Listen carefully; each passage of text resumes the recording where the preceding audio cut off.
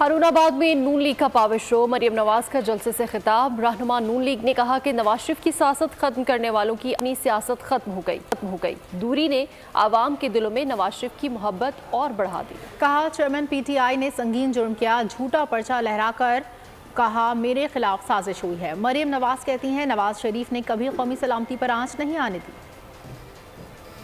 जब वो सोचते थे जुल्म करेंगे, जबर करेंगे, नवाज शरीफ घबरा जाएगा और कहेगा अच्छा मैं सियासत नहीं करता।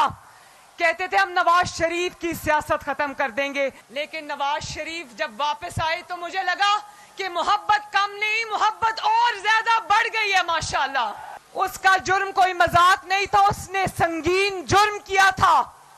जब उसने देखा कि उसका इक्तदार जा रहा था तो वजीर आजम होते हुए उसने एक झूठा कागज लहरा के कहा कि ये साइफर है, मेरे खिलाफ साजिश हुई है, झूठ बोला।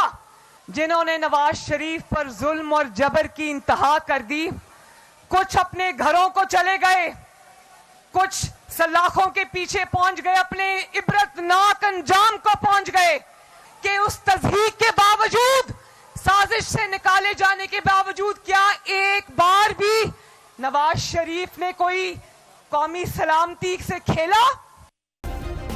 सब्सक्राइब करें और बेल दबाएं ताकि कोई खबर रह न जाए।